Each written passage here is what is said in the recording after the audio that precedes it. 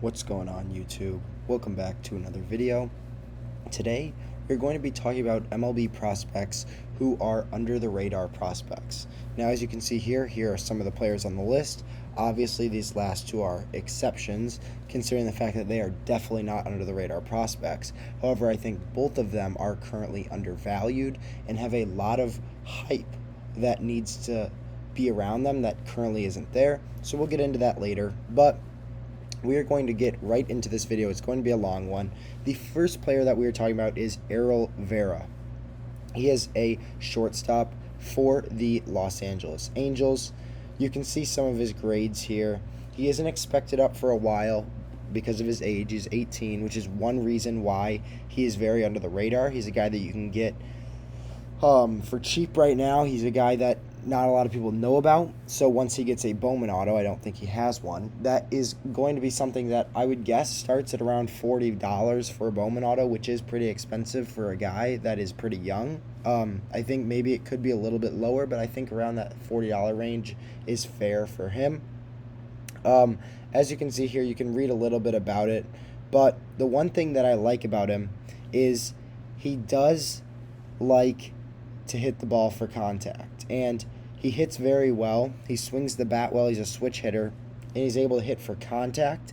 And as it says here, he does have raw power. Now, that's what they say for a lot of people, but considering that he's already 6'2", 170, I think if he adds a little weight, a little muscle, I think he has a really good frame to tap into some of his power as well.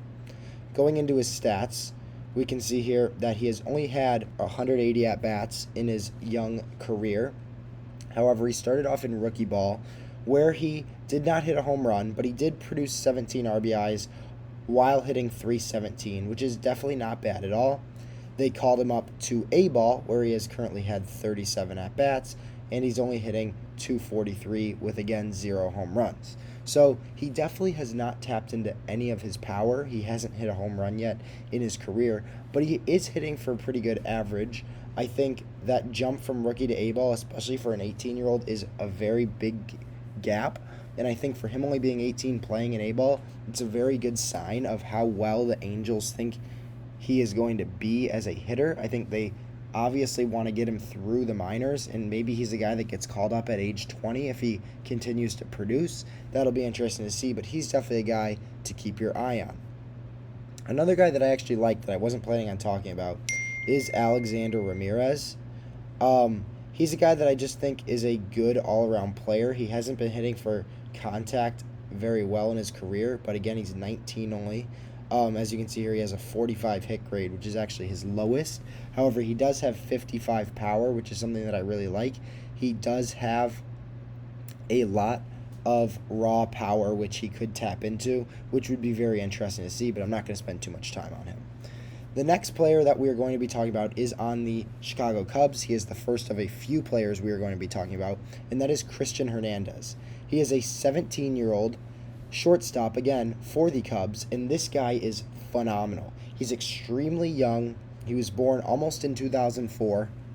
At 17 years old, he is playing extremely well, and a lot of people, as you can see here, a lot of scouts considered him the best prospect in the class.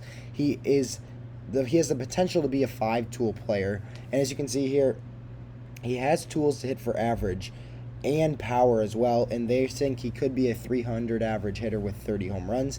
That would be phenomenal. For a guy that's this young, his Bowman auto, once it comes out, is going to be very expensive, especially considering he's on the Cubs, who are a big market team. We saw Brennan Davis's when he got called up, who was much older when he got a Bowman auto, and his was going for like $150, and he's nowhere near the high-profile player that Hernandez is. But I can't wait to see what happens with him. Again, he has a really good build at 6'2", 175. You'd love to see him add a little bit of muscle to tap into that power, but I think just him continuing to grow and develop will allow him to tap into that power. In rookie ball, he has 119 at-bats, and he's currently hitting .277 with 4 home runs, which is very good overall. He has almost an 800 OPS, or he does have an 800 OPS. Math's tough. But the thing that I really like is the fact that he has 22 walks to 33 strikeouts and 15 stolen bases. He's a guy that I think A lot of people are going to be comparing him to Ronald Acuna.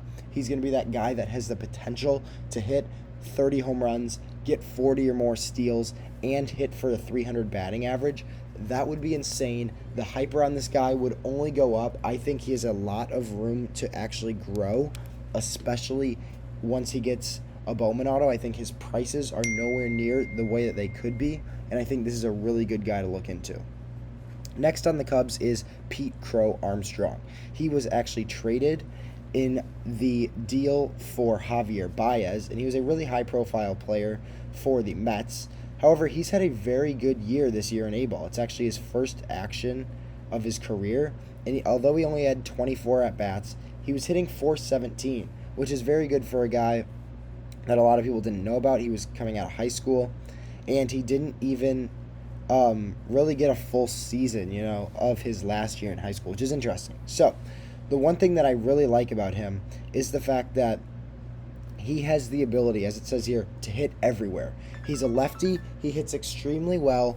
He is an overall very good offensive player, and I think he's going to be a guy that will really help the Cubs, at least as a contact guy in the future, because his power definitely is not there. The next guy that I want to talk about is Owen Cassie. I'm not 100% sure how to say this, but I think it's Cassie. He's a guy that I love, absolutely love. He's an outfielder, corner outfielder due to his height, probably a left or right fielder, as that means. He is 6'4", 190 pounds, which means he has the perfect build to hit for power. Currently this year, across rookie and A-ball, we'll start with rookie first. He had 109 at-bats. He had 6 home runs and a .350 average. Now, he made the jump. He is 19, which means he's still young. He is probably one of the younger players in A-ball, but in 44 at-bats, he definitely has not been as productive. He has a .227 average, but the thing that I really like is he's actually done better walking compared to his strikeouts, which makes me think that his batting average on balls in play, it's a newer stat, BABIP, is probably extremely low, because if he's getting on base extremely well, I would have to guess he's getting very unlucky with when he makes contact, and I think that his average is going to go up. He's a guy that I think his Bowman auto is only going for around $40, $50 at maximum. It might even be lower. He's a guy that I absolutely love, and I'm going to start buying him once this season ends, when his price is lower due to the offseason. The final guy for the Chicago Cubs is going to be Alexander Canario. He's a guy that I've talked about in a lot of my videos. You guys know I really like him. However, he did not play very well to start this year off. Right here you can see for San Jose, he had 240 at-bats. He did hit 9 home runs, which is pretty well, but he only had a .235 batting average, and he was striking out almost in that range of 3 to 1. He's probably 2.5 to 1, but that's extremely poor. When he got called up, or when he got traded to the Cubs and 125 at-bats of high A now, he has hit 7 more home runs, and that average has increased a little, but he is still striking out a lot more than he walks. He's a guy that I think if he can control his strikeout to walk ratio, he's a guy that I think is going to sky up a lot of people's boards. He's going to be a phenomenal player to invest in. Okay, I lied. The final player for the Cubs is actually Kevin Alcantara. This is a guy that has only played in rookie ball. He's extremely young, but in 25 at-bats for the Yankees, he had 1 home run and a .360 average. Not much to say there. It's phenomenal. He gets traded to the Cubs, and in 70 at-bats for the Cubs in rookie ball, he is hitting .324 with 4 home runs. This guy is a stud. He's a guy that, again, I'm going to be buying once prices go down in the offseason, and I'm just going to hold him at least for the foreseeable future. Maybe just try and get a quick flip once he gets called up to A-ball and see if he can continue to perform. A couple more guys we have. Number 1 is Khalil Watson. He is the number 1 prospect for the Mariners. He was a top pick, 16th in this draft, so he's going to be expensive once he has a Bowman card. But in 33 at-bats for the Marlins, he is currently hitting .394, which is phenomenal. Obviously, there's a lot to like about him. I don't know too much about him, but I do know that they signed him, as you see here, for a huge bonus, and he's out of high school, and he is very short at 5'9", 180, which is scary from an investing standpoint because you don't think that he's going to develop a lot of power, but he is a very good contact guy, and those are the type of guys that I currently like to collect. Next is Jose Salas, also on the Marlins. He's a guy that I really like as well. in 92 at-bats of rookie ball.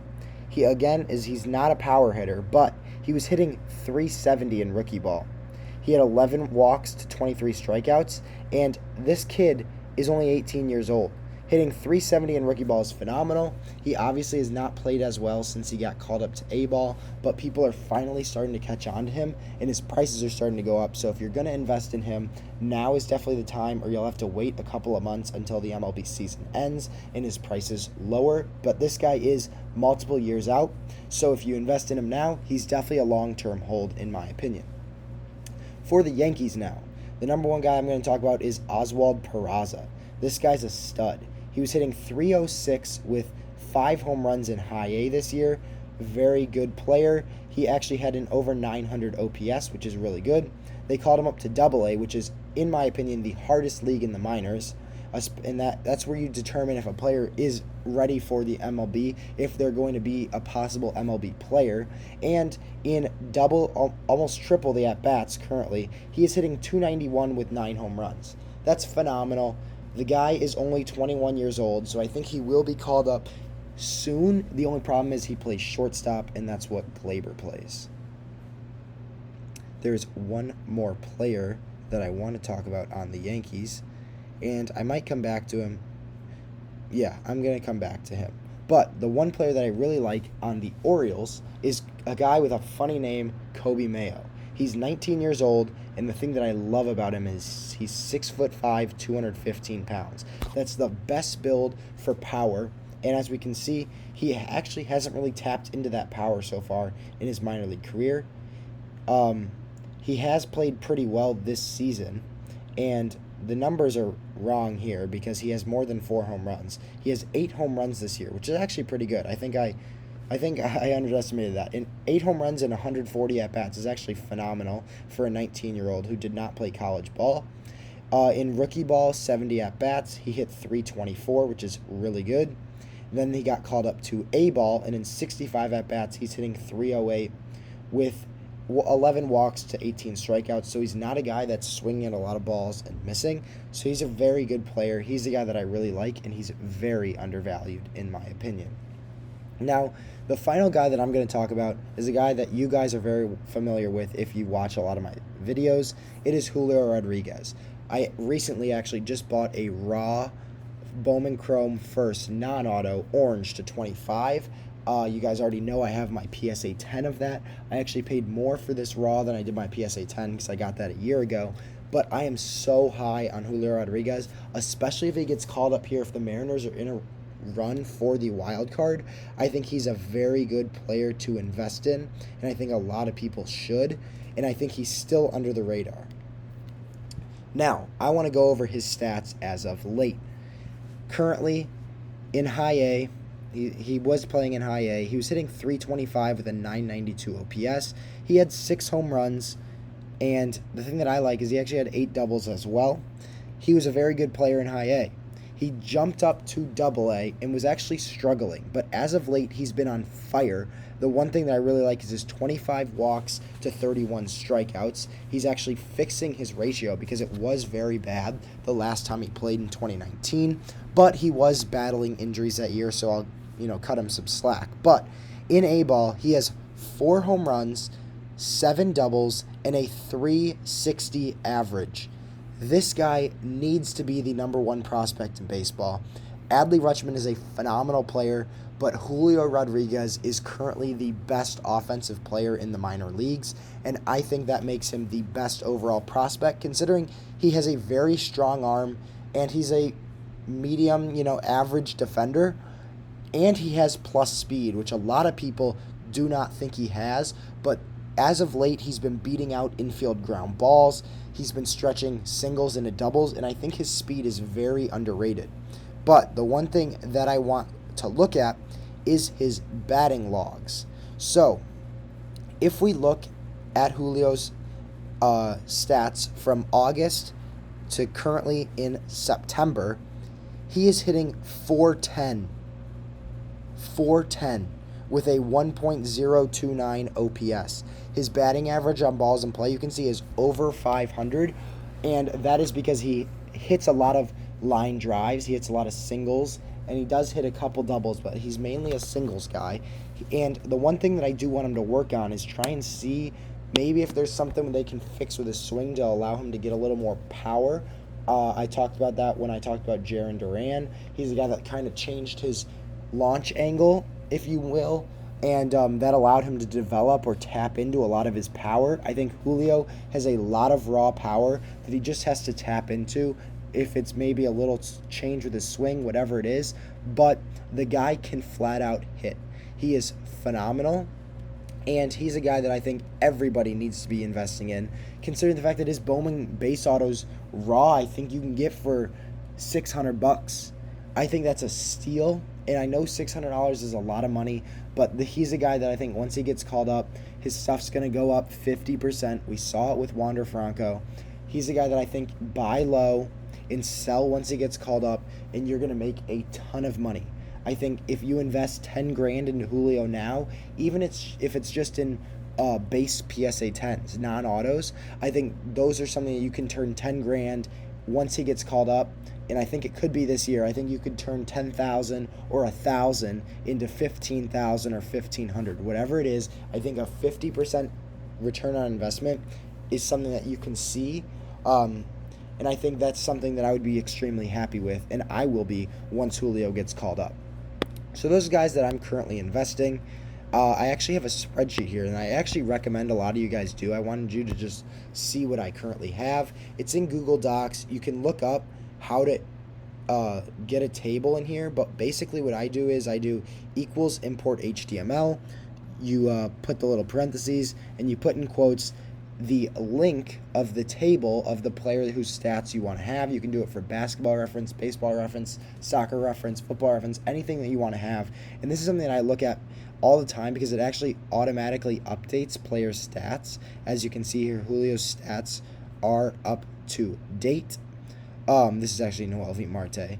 But Julio Rodriguez, we saw he is playing in Arkansas right here, and his average is exactly what it is on the baseball reference page if I were to go back to the spot that I was. So I really recommend you guys do this for the guys that you are collecting because it allows you to have everyone's stats on one page, and it's updated daily, which is something that I really like. So those are the players that I'm currently investing in. Let me know what you guys think, and I'll get back to you in the next one.